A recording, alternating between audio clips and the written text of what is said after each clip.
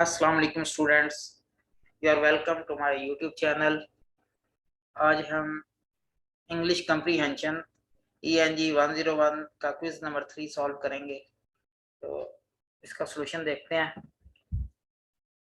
और जी, तो जिन लोगों ने चैनल को सब्सक्राइब नहीं किया वो इसको सब्सक्राइब कर लें और दोस्तों के साथ, क्लास फेलोज के साथ शेयर करें। तो चलते हैं क्विज नंबर 3 के सॉल्यूशन की तरफ। जी, तो 1 question number 1, choose the closest meaning of see into का क्लोजेस्ट मीनिंग देखना है। तो ऑप्शन जो हमें दी गई हैं, to attend to detect, to witness departure and the fourth one is to find out the true nature of something. तो इन चार ऑप्शन में से कौन सा क्लोजेस्ट मीनिंग है सी इंटू का? जी, तो टू अटेंड, टू किसी चीज को अटेंड करना, टू डिटेक्ट किसी चीज की तलाशी लेना या डिटेक्शन करना, उसकी जासूसी करना, तो ये भी नहीं होगा। तो विटनेस डिपार्चर, वो तो सी ऑफ होता है, आप सी ऑफ करते हैं किसी को। जी, तो fourth one is to find out the true nature of something, to find out the true nature of something. तो आई थिंक इन चारों ऑप्शन में से ये जो लास्ट वाली ऑप्शन है, ये जो है वो इसके ज्यादा करीब है। तो टू सी इनटू के लिए to find out the true nature of something. जी, इसको आप, इसके मीनिंग को आप गूगल भी कर सकते हैं, देख सकते हैं गूगल से। सी इंटू का जो क्लोजेस्ट मीनिंग होगा आई थिंक वो यही होगा। गूगल से सर्च करके देख लें, ट्रू नेचर ऑफ समथिंग ही मिलेगा आपको। जी, तो चलते हैं नेक्स्ट क्वेश्चन की तरफ। Which one of the following contains a sentence fragment? जी, तो सेंटेंस फ्रेगमेंट क्या होता है, पहले तो ये समझना जरूरी है कि सेंटेंस फ्रेगमेंट होता क्या है। सेंटेंस फ्रेगमेंट एक ऐसा सेंटेंस होता है जिसमें या तो सब्जेक्ट मिसिंग होता है या फिर वर्ब मिसिंग होता है, या तो सब्जेक्ट मिसिंग होता है या फिर वर्ब मिसिंग होता है। तो अब हम देखेंगे कि नीचे जो सेंटेंसेस दिए गए हैं इनमें से किसमें ऐसा है। जी, सेंटेंस फ्रेगमेंट बेसिकली एक कंप्लीट सेंटेंस के साथ एक छोटा सा टुकड़ा, एक ऐसा फ्रेगमेंट सेंटेंस का जो उसको थोड़ा सा एक्सप्लेन करे लेकिन खुद कंप्लीट ना हो, खुद एक कंप्लीट सेंटेंस ना हो, तो उसको हम सेंटेंस फ्रेगमेंट कहते हैं। A sentence that is attached to another complete sentence but itself it doesn't have uh, it doesn't have a subject or verb, यानी it जी, या तो इसका मिस होगा, वर्ब मिस होगा, या फिर इसका जो है वो सब्जेक्ट मिस होगा, जो फ्रेगमेंट होगा। तो इसमें जो है जो हमें ऑप्शन दी गई हैं, ऑप्शन नंबर 1 में I studied for the exam therefore I will do well. I studied for the exam ये भी कंप्लीट सेंटेंस है, therefore I will do well ये भी कंप्लीट है, इसलिए मैं अच्छा परफॉर्म करूंगा। तो ये जो है वो इसमें कोई भी फ्रेगमेंट नहीं है, इसमें भी नहीं है। नेक्स्ट जो है I studied for the exam therefore I will do well, तो इसमें भी दोनों सेंटेंस कंप्लीट हैं। तो इसमें आप पंचुएशन का एरर निकाल सकते हैं कि कहाँ पे कॉमा लगाना है, कहाँ पे फुल स्टॉप लगाना है, उस तरह का कोई एरर निकाल सकते हैं। वैसे ये कंप्लीट सेंटेंस है। और थर्ड ऑप्शन ये भी जो है वो I studied for the exam therefore I will therefore I will do well, तो ये भी कंप्लीट है। ऑल ऑफ द अबव नहीं आना चाहिए था, यहाँ पे नन ऑफ दीज आना चाहिए था, जो सही ऑप्शन है। तो आई थिंक इनमें से कोई भी सही नहीं है, और नन ऑफ दीज यहाँ पे ऑप्शन होनी चाहिए थी, नन ऑफ दीज, जो कि नहीं है। तो ये आप जो है वो टीचर को मैसेज कर सकते हैं, MBD पे जाके जो है वो, जिस तरह GDB होता है ऐसे आई थिंक MBD भी होता है, तो वहाँ पे आप कंप्लेन कर सकते हैं कि ये क्वेश्चन इसमें से कोई भी ऑप्शन हमें सही नहीं लग रहा। तो यहाँ पे option none of these four पे होना चाहिए था। एनीवेज, चलते हैं नेक्स्ट क्वेश्चन की तरफ। तो इसको आप देख लीजिएगा, ये क्वेश्चन जो है जी, Question number 3. Complete the given sentence by using the correct form of word.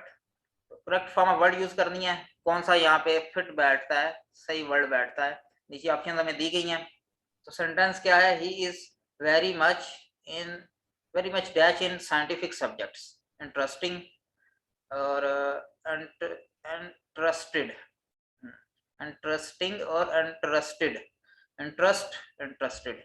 तो यहाँ पे कौन सी जो है वो वर्ब की सही फॉर्म जो है वो बैठेगी इस सेंटेंस के लिए? तो he is, यहाँ he is very much interested, ये लास्ट वन जो है वो he is very much interested in scientific subjects, तो ये पैसिवाइज सेंटेंस है, he is very much interested in, तो ये पैसिव है, तो यहाँ पे थर्ड फॉर्म आएगी, पैसिवाइज सेंटेंस है ये। Request is having a negative impact on the planet, dash is, यहाँ पे एक सेंटेंस कंप्लीट हो गया है, dash in the summer of 2006 Western Europe experienced some of the hottest weather on record.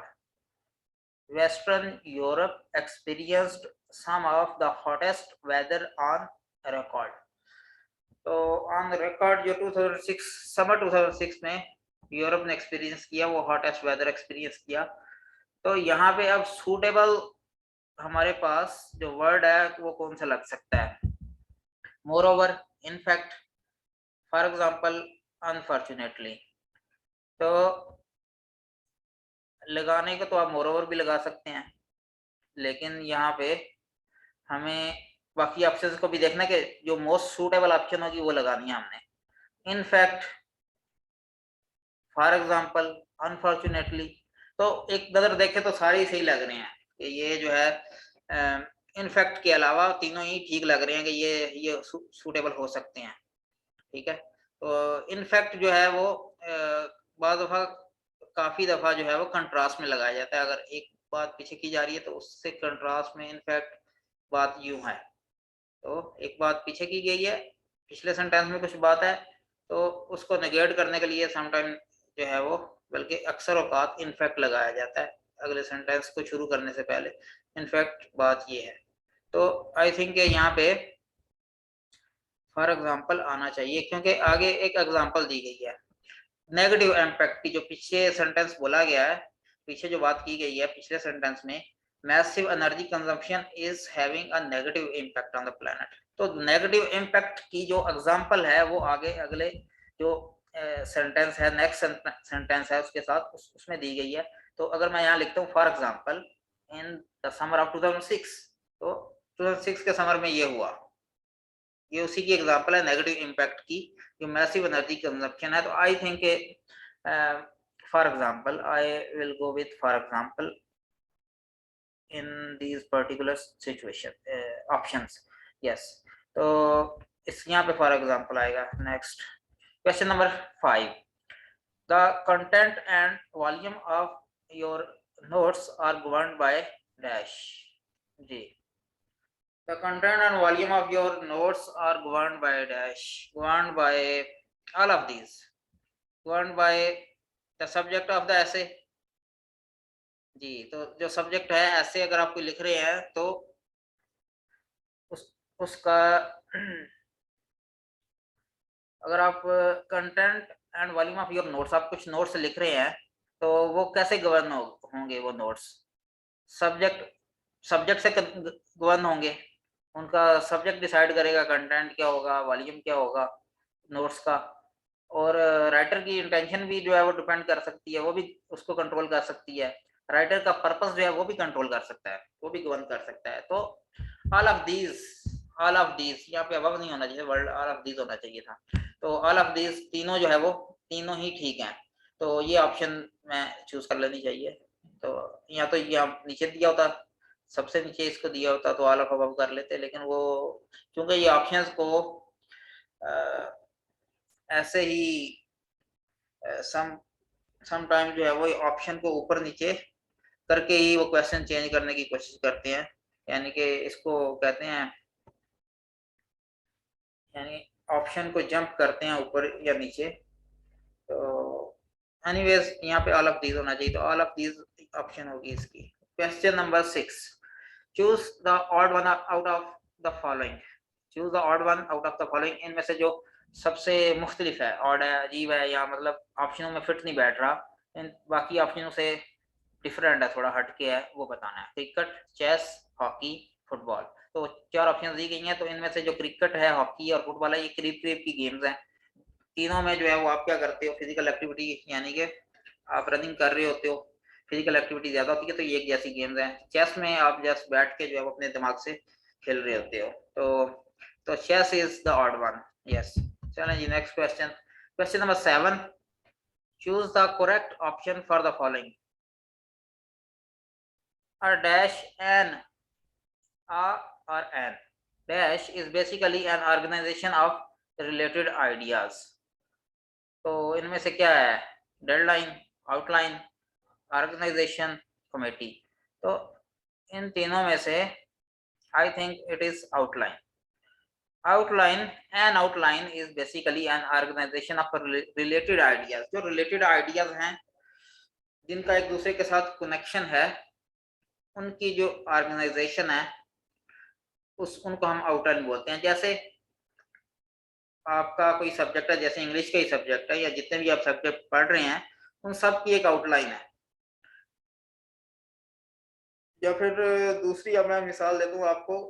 आपकी कोई भी बुक है, आप डाउनलोड करते हो, हैंड आउट डाउनलोड करते हो, तो उसमें स्टार्ट में क्या होती है, आउटलाइन दी होती है.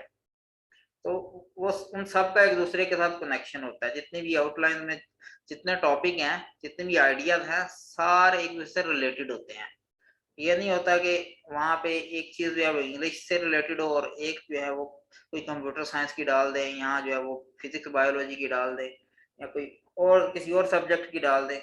तो ऐसा नहीं है. तो आउटलाइन में क्या होता है, जो रिलेटेड आइडियाज होते हैं, रिलेटेड कॉन्सेप्ट्स होते हैं, उनको ही एक साथ ऑर्गेनाइज किया जाता है, लिखा जाता है, कंपोज किया जाता है एक साथ इकट्ठा. तो यहाँ पे जो दुरुस्त ऑप्शन है वो है आउटलाइन जी. क्वेश्चन नंबर 8 पे चलता वो. क्वेश्चन नंबर 8 में an essay outline presents the ideas in a dash manner. An essay outline. तो आउटलाइन में क्या होता है, सिंप्लीफाइड मैनर में आप जो है वो आइडियाज को प्रेजेंट करते हो, या स्कैटर्ड करते हो, या क्रैम्प्ड जी, क्रैम्प्ड फॉर्म में करते हो, या कॉम्प्लिकेटेड फॉर्म में करते हो. नहीं, इन सब में जो सही ऑप्शन है, I think this one is the most appropriate option that fits much better here. तो यहाँ पे जो फिट ऑप्शन बैठ रही है वो है सिंप्लीफाइड. एंड ऐसे outline presents the idea in a simplified manner. So this one is the true option. This one is the right option जी. Next question number 9. Question number 9. Sentences are considered dash when they are missing either a subject or a verb जी. तो ये जो है वो आप किसी question में कर चुके हैं पहले ही, किसी क्विज के अंदर. तो यहाँ ऑप्शन दिए गए हैं, कंट्रैक्शंस, कॉमा, सप्लाइसिस और फ्रेगमेंट्स, रन ऑन. तो मैं आपको पहले भी एक्सप्लेन कर चुका हूँ कि फ्रेगमेंट क्या होता है, जिसमें एक ऐसा सेंटेंस होता है जिसमें या तो सब्जेक्ट मिस होता है या फिर वर्ब मिस होता है. तो ऐसे सेंटेंस को हम क्या बोलते हैं, फ्रेगमेंट्स. तो फ्रेगमेंट सेंटेंसेस में कुछ स्टार्ट में ऐसी वर्ड्स होते हैं जो कंप्लीट मीनिंग नहीं दे रहे होते, जो अपना पूरा मीनिंग नहीं दे रहे होते जी. तो लास्ट क्वेश्चन नंबर 10 जी. तो क्वेश्चन नंबर 9 का जो राइट आंसर है वो है fragments. I will go with this option, fragments. Yes. Question number 9. Question number 10. You arrived 2 days ago. You are going to leave next Sunday. By the time you leave, you dash 9 days here. जी. तो 2 days, you arrived 2 days ago. 2 दिन पहले आप पहुंचे थे. You are going to leave next Sunday. आप next Sunday जो है वो जाने वाले हैं, जा रहे हैं next Sunday को. By the time you leave, जब आप जाओगे, जब आप leave करोगे, you dash 9 days here. तो आप 9 दिन 9 डेज यहाँ रहे होंगे। तो ये इस तरह से कुछ बनेगा उर्दू में। तो इंग्लिश में आप इसको देखें कि ऑप्शन क्या चूज करनी है हमने, spend, will have spent, spent. तो I will go with will have spent. by the time you leave you will have spent 9 days here। तो तो ये था आपका क्विज नंबर 3। इसको आप जो है वो खुद भी कंफर्म कर सकते हैं।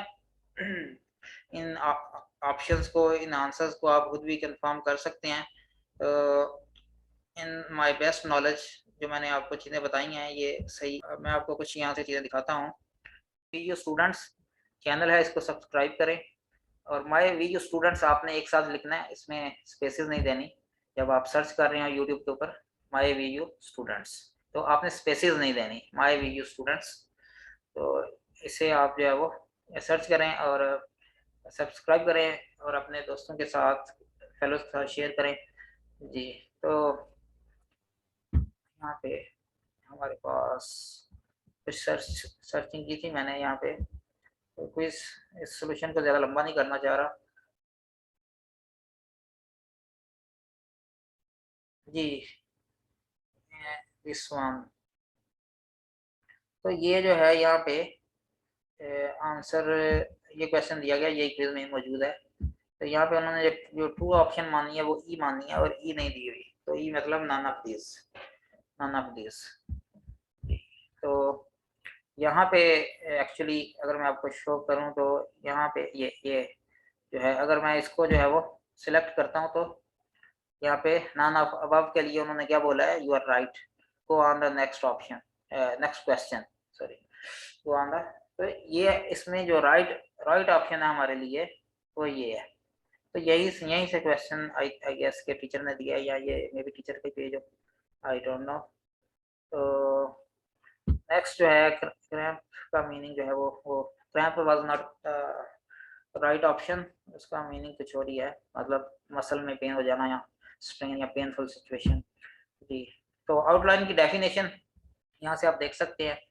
तो आउटलाइन में क्या होता है, ऑर्गेनाइज, आउटलाइन करती क्या है, organise written ideas about a topic और a thesis in a logical order. तो वही बात जो मैंने आपको बताई है, ठीक है। इसके अलावा जो है वो गवर्न्ड बाय 3 थिंग्स, जो मैंने ऑप्शन चूज किया था, all of the, all of these होनी चाहिए, तो वो आप यहाँ से कंफर्म कर सकते हैं।